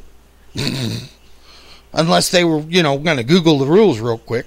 And I don't think that's allowed during the game. Now, is it? Unless you're Nosferatu. Well, I could see people trying to discreetly go on their phone and try and look it up, but it's at that point you're dealing with player behavior versus what their character would actually even have a chance of knowing. Yeah. See, now that's also what tabletop. It's less of an issue than it is for LARP about what would your character know. Mm-hmm. As this is your background, this is how things are spelled out. I'll fully admit, part of my approach to antagonist design was definitely setting traps for the metagamers. Are you one of those guys? I love it. Mm-hmm. Yeah, screw with your players. Do it every chance you can get. It makes the game more fun. As long as you're not, seriously trying to screw them over. But it has to be in an environment of trust. For example, mm-hmm. for that to be successful, they have to trust that I know the rules and that I'm not just making things up on the fly to get in the way of what they want. Mm-hmm. That also meant that all of my NPCs, or at least those who would end up in combat, had full character sheets, because I wanted to be able to demonstrate that I was following the rules. So now my LARP character is an Archon. Used to work under Carl Schreck back in the day, and then when they switched out Justicars for the Tremere, my character went over to Anubis, which anybody who's not a Tremere would have no idea what I'm talking about. Essentially, we're the Archons in the pyramid. Yeah. The Anubis guys, the Anubis pyramid security. And I thought it was a good... It's not your standard Tremere. It's not somebody who's throwing fireballs and, doing really weird... It's more of a combat-oriented Tremere. It was... I dumped silly amounts of points into firearms. And I've got 1 point of thaumaturgy. Because it's just not... I tried to find something, and the thaumaturgy just does not work out well with firearms as far as martial skills are concerned. Because you can get more effective things like white phosphorus, in your shotgun doing Dragon's Breath rounds than trying to throw a fireball. And throwing fireballs is actually kind of a masquerade violation, but shooting a shotgun really isn't so much. Scott, you said the original Mummy was a vampire supplement? Now that I was not aware of. I should have known that. Actually, speaking of interesting vampire character design options, the one thing that I wanted to mention before, and we sort of got away from it a little bit, is one of the... Oh, not at all. It's almost like the conversation is flowing organically. That's the way this show is done. We don't... It's... Go ahead. One of the things I wanted to mention that we're doing differently for Kane this year is we've partnered with a company called Ziobac, and I'm probably mangling the pronunciation horribly because I've only ever seen it written down. The folks behind Convention of Thorns to create. Yeah. I was so happy when they agreed to this. To create a brand new first run Nordic LARP that we're going to be debuting at Kane 2018. So I'm very excited about that. I mean, the Nordic rules are sweeping, man. They are taking over, and I love it. Absolutely, it's great stuff. I mean, I'm not going to lie. Attending End of the Line changed my entire approach to LARP, and I want to bring some of that experience to other people who will be joining us at the convention. So I was very pleased that they agreed to do this. So that's something else that's coming down the pike for next March. So where are they holding it this year or next year? Because the last one was where? Was in Stockholm, yeah? In terms of Ziobac's events, I can't really comment as to what their calendar is. If you're interested, look them up on Facebook. They have a fantastic page there. I'm a big fan of the company.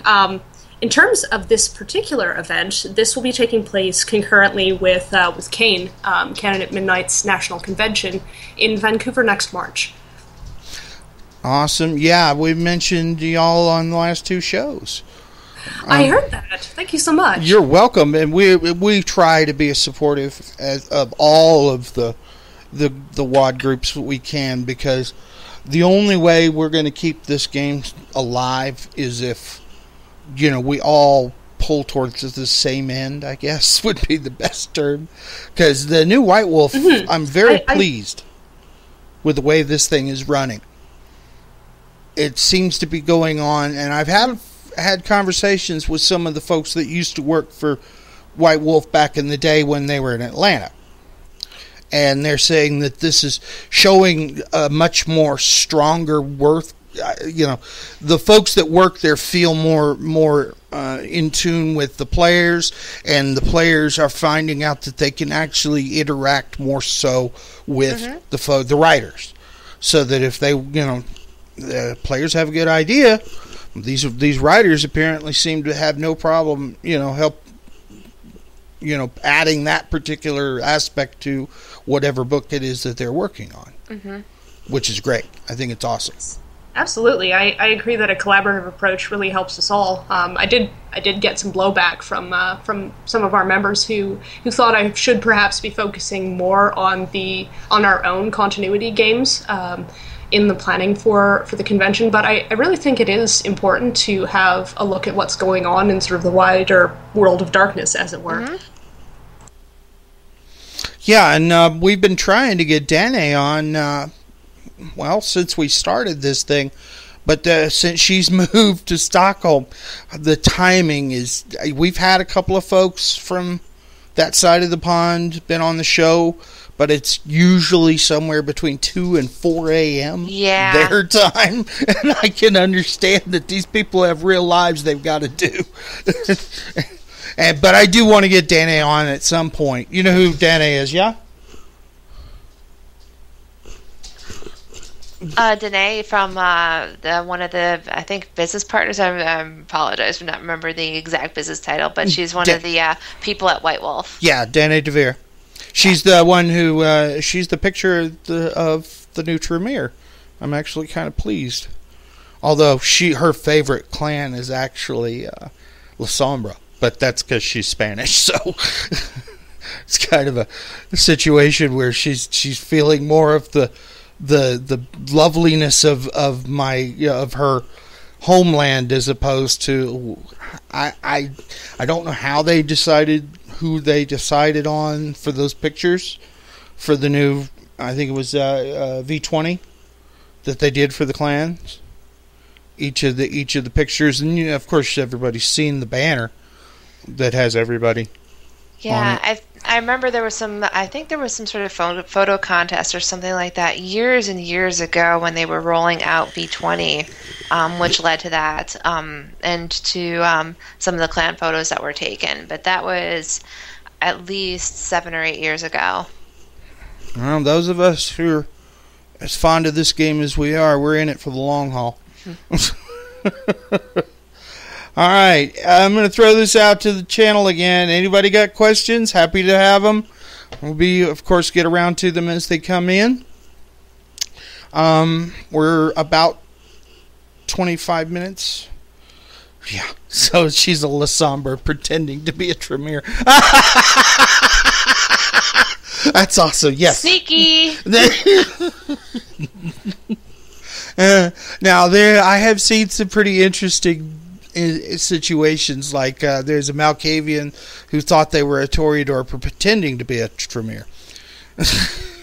That one was hard to play, too, for the fella that was doing it. But he did a fairly decent job. I was actually very pleased. He played his derangement to the hilt. He really did. I just, it's hard to keep a straight face, especially when they're doing so well. And you know what's going on, even though your character doesn't know what's going on. It's awesome, though. Okay, now I know you've got the con coming up, Jessica Birch. Do you guys? I assume you run games throughout the year, yeah? Absolutely. For example, in Vancouver, we currently have 2 games running. There's a Vampire the Masquerade game that's going on, and as I mentioned before, there's a new WoD Mage and Changeling crossover game that's happening. Canada at Midnight domains each are responsible for their own sort of event schedules. There's a variety of different things that go on in different parts of the country.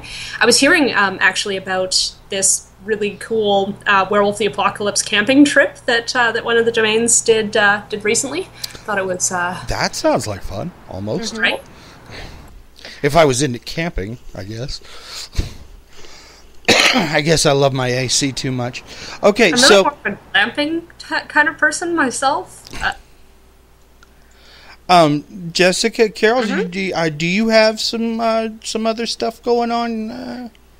With the Hidden Parlor, we are running an event game at Midwinter Gaming Convention in Milwaukee, Wisconsin, in January of 2018, if I remember correctly. I think it's that's the weekend of January 12th through the 14th. We're actually running our event games at the convention on Friday. What I found is a lot of the larger, more popular games tend to happen on Saturday across different gaming systems. So we went with Friday as a way for people to participate, mingle, and then if they wanted to socialize on Saturday, if they want to try out the other LARPs, we wanted to give them that opportunity. So that's a big thing.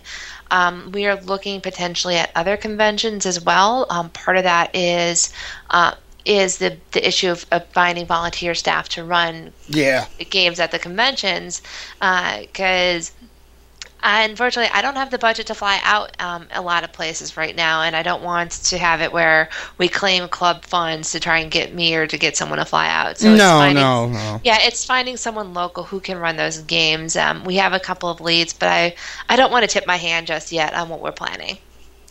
So, my questioning, I guess, was how many folks do you actually have on staff? Not players, but actual folks, storytellers, ASTs, so on. Sure. So within the club, each chapter has 2 separate roles. One we call the storyteller. Obviously, their job is focused on character sheets, and then the other is the administrator, who's focused on membership and player behavior. We feel that that's important because someone who can be a great storyteller may not be the best when it comes to for people organizational management. skills. Yeah, organizational skills or vice versa. And then also by having that separation of power, if a player is concerned that they're going to be accused by the storyteller of cheating because they quote-unquote won the local game, the idea is to have the administrator as that neutral party to do the formal investigation. So that's the other reason why we wanted to have that there. Plus, more hands means less chance of burnout. Oh, yeah. That could be a serious issue. Yep, so we have that. We have a national administrator. His name's Octavian. He's been around since for at least a few years now. So if anything hits the national level or if it's going across multiple chapters, it goes to him.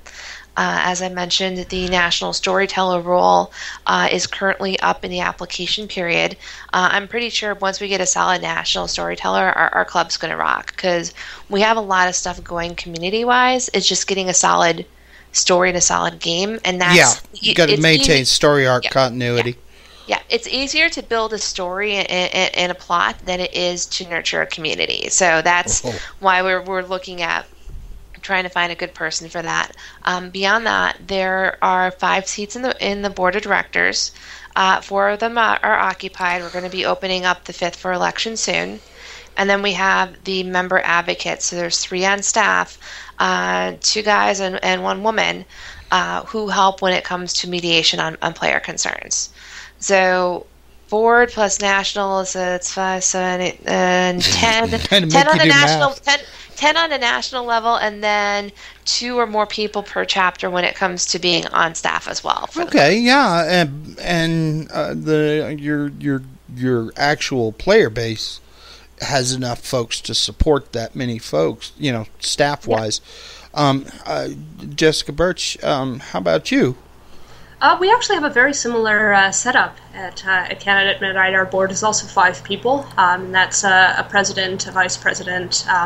We call them the national coordinator and vice national coordinator. We've also got a treasurer, which we call the national finance coordinator. Somebody who's really in charge of the technical aspects of the club's resources, called the national resource coordinator, and then of course the national storyteller. In one of my roles, I work with the National Storyteller to develop the Chronicles of Darkness continuity for our next Chronicle. So there's all manner of assistants that work with the various board officers as well, and they can also have their own assistants. So, for example, I believe the proper term is flunky. I would never. Yes, you would. So my team is currently composed of 7 people. Similarly to my namesake, our domains also have 2 officers at most. One we call them the domain storyteller, who's responsible for creating the city and managing sort of things that would affect the city at large. So they often have a role to play when players are trying to use their influences to accomplish various things. Particularly in ways on the Chronicles of Darkness side where that would affect other venues. The DSD has a very big role to play with respect to those things. We also have what we call domain coordinator, who's similar to it sounds like the administrator does in Hidden Parlor. Player behavior, administrative, finding sites, doing the club's finances. They often have assistants as well. For example, locally we have somebody who's in charge of the financial side of things. So it's very good that our domain coordinator has been able to get some assistance doing that. In the past, we've had somebody whose sole job was booking sites. Because Vancouver, I'm not sure if you've heard, but it's very expensive here. Yes, so I used to live in Port Orchard, Washington. Booking sites can be a surprisingly fraught issue. And then each game has its own storyteller who's in charge of that game and managing the characters for that game and creating the story. So, okay, here's my other question. Since we've got about 15 minutes left here, the phrase is "No plan survives the first shot." Mm-hmm. Okay. Absolutely not. Okay. Do you have issues with players that will just completely nerf a storyline?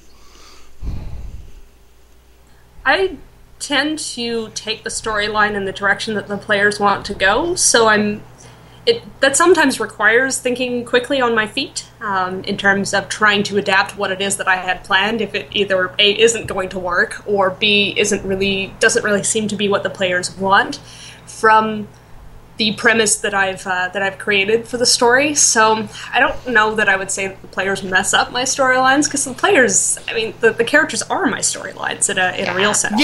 Yeah, they are. You're right about that. But as we've commented in the past about the no plan survives the first shot, is that when you do get players, especially if you do get a player that wants to be that guy, I'm going to, see what the storyteller's trying to do and how best can I fuck that up. Mm-hmm. And that can be a problem, but it can also take the story in some very interesting directions. Especially, directions that you didn't originally plan for. Totally. Sometimes I've got my notebook out because a player has advanced a theory that's way more interesting than what I had planned. And I'm like, yeah, that was totally what was going on. Yes, that's what we had. That's what we had in mind the whole time, and that's my story, and I'm sticking to it. So, okay. Just as we're getting in towards the last 15 minutes, if anybody else has got questions, New Wave, you might actually have a question or two. I don't know if you've LARPed any. I don't remember. We probably have talked about it at some point. Sort of.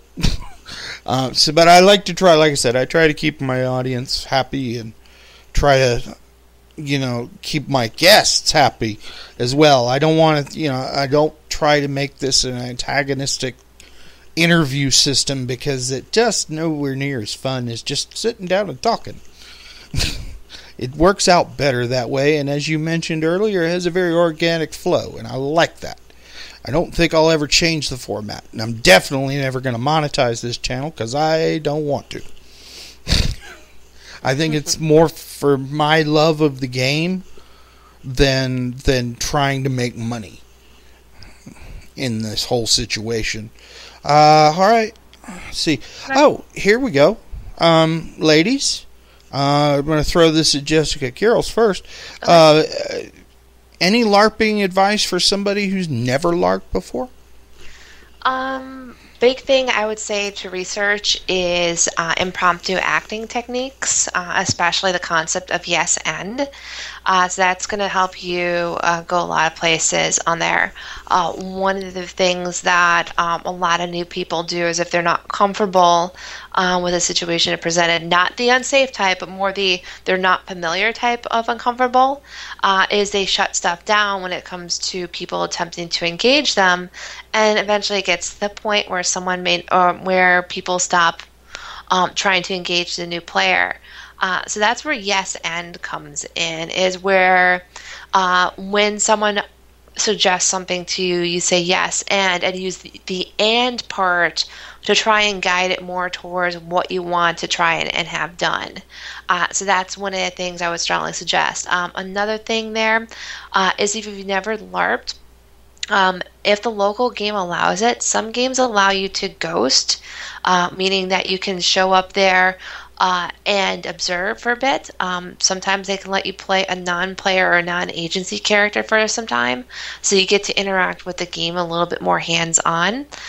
So feel free to spend time. Don't worry about asking questions. A lot of LARPers are very open to answering questions, and as you do so, the ones who are super helpful are probably going to start coming to the forefront to help get you accustomed to the game, because more people going to LARP means more players. Mm-hmm. More players, depending on the game, may mean more minions for them. So there is that, especially in a vampire game, there is that selfish interest when it comes to bringing in people, because then you can find ways to get them connected to your character. Yeah, I would just I would echo what Jessica Carroll said. We hosted an acting workshop not too long ago in my home domain prior to a game, because there's so much. There's a lot of skills transfer that happens between acting and particularly improv acting, and LARPing. One thing I would suggest is to go into it with a very flexible mindset. There are likely going to be plots that you may sort of think, well, the character wouldn't engage with that sort of thing, and that can be fine. However, if you do that too often, you might find that you are not participating in the game as fully as you could. So having a flexible mindset and going in with the understanding that there will be different things to participate in, and the character may or may not initially be interested, but could find ways to involve. I would also suggest reaching out to the storyteller of the game and asking their advice on making a character, and also about any information about the game itself that you could read. For example, when I was running the Changeling game, I had a wiki that had some information about the characters that were in the game, the history of the city, and some of the new players found that a very helpful primer. And had they not come to me and asked, or somehow found it, they wouldn't necessarily have come to game with that information. A storyteller can also help you design a character that's appropriate to the game and will fulfill the goals that you want them to be able to. For example, if you have no system knowledge, it might be difficult to design an effective combat character without help. Unless you're one of those people. I'm definitely not, but I mean, you might be, who picks up systems very quickly. Reaching out and seeking assistance from those who are familiar doesn't just help you create an effective character, but can also help you create character ties and create a space for yourself within the game that will facilitate your involvement. Awesome. Also, I might suggest, just something as a side note, I've always been a firm believer in trying to turn a flaw into a merit. When you do create a character, especially if the flaw will help you play your character better. For instance, I'm going to use my LARP character here. I have a 1-point flaw. It's called eerie presence, and then the 2-point flaw called obvious predator. Now, it's in an Archon, both of those things are a big-time merit. They really are, because you want people to be upset. You want people to be less inclined to interact with you on a martial level if you have that kind of situation. But yeah, LARPing... Let's see. Jake said jump in with both feet, and you'll have more fun that way. Learning your character and the system at the same time. And yes, interact always if you can. Even if it's a non-interaction action, you can still quote unquote interact. For instance, one of the first LARPs I played, second LARP I played, there was some fledglings who had I suspect it was a werewolf attack. Of course, the storyteller wasn't saying, and I wound up having to leave before I found out anyway. And his fledgling stopped me in the middle of the Elysium. Oh, my friend is hurt. Can you help them? And I'm just looking at him like, why are you talking to me? I'm a big believer in the power of flaws to create an interesting character, for sure. Mm-hmm. For example, in Vampire the Requiem, in the Chronicle that's now ending, I played a character who was a combat character, but what became my favorite aspect of the character was she wasn't all that bright, and partially as a result had a very unique viewpoint on things. For example, she would ask questions like, well, how come Windows 08 is better than Windows 97? 97's a higher number. Shouldn't that be the better one? And people explain things to her and deliberately misunderstanding things. And that created a way for people to interact with the character that didn't have to do with combat. and wasn't sort of a conflict either. It also created space for characters who were smarter than mine was, to be the other side of that equation. Like, she referred to the internet as the magic file box for years because people had tried to explain the concept of a search engine to her. That's awesome. Yeah. Now, this is somebody, I went over to the OWD group on Facebook because I was trying to come up with an interesting way to use, for character creation. And the house rule that somebody, I cannot remember their name, and I'm sorry if they hear this later, I apologize that I forgot who you are, but it says this is what you do. You allow the standard points, dots, and freebies, but no merits or flaws. After they built their character, before the freebies are spent, the storyteller goes to the character's background and opens up merits and flaws that make sense for their background. So that way you're not just grabbing, okay, well, this is cool, this is cool, this is cool. And everybody who I've shown that to were like, those are great rules. I don't know why the hell I haven't done it before, So, yeah, I'm gonna, once I do get this game off the ground, is that's exactly how the characters are being created, with the exception of the Wraith. Everybody else is stuck with the flaws I give you. And of course, I'm not going to be a complete dick about it, because, you want people to still enjoy playing. And if you take the time to screw them over, they're just not going to want to play. It's just not going to be worth the effort. Mm-hmm. So, all right, ladies. We're coming up on our last 4 minutes. I'm going to ask if there's any more questions from the Peanut Gallery. If there's anything else the ladies would like to impart in the last few minutes, would be the time. Well, if I may make a shameless plug for Please. a second, for anyone out there who's considering trying LARP, we would love to see you in Vancouver next March. If you'd like more information about our convention, you can look at our website. It's kane2018.ca, and that's Charlie Alpha India November. Now, here's what we're going to do. .ca. You're gonna send me the link on Facebook, and I'm gonna put it in the card underneath the video. That way they can just click and go. And because most of our listeners are long after we've gone live, so maybe you'd still want to be able to put this. You want folks to still come check you out, even if it's a year from now. So I'm gonna want to put that in the card.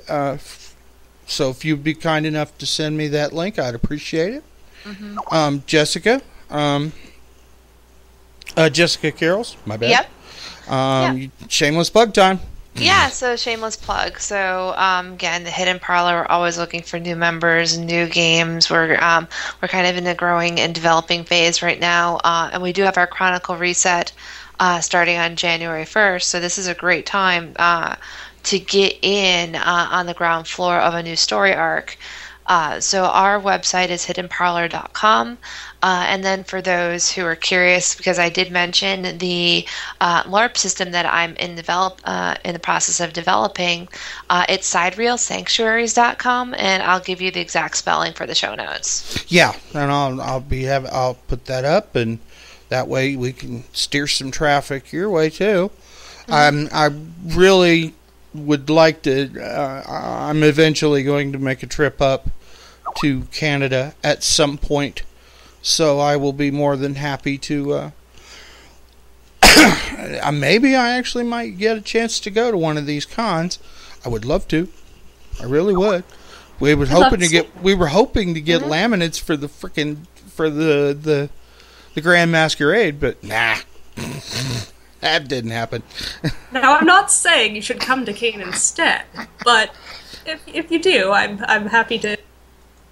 I'll be happy to see you. Well, we're trying to round up somebody who is going, and that way I can get somebody who's going and actually has a fairly decent phone that can run Skype. We're going to do live cast from one of the cons, which would be great. And if Jacob winds up going to Kane, he has to. It's not this. We've already had that talk.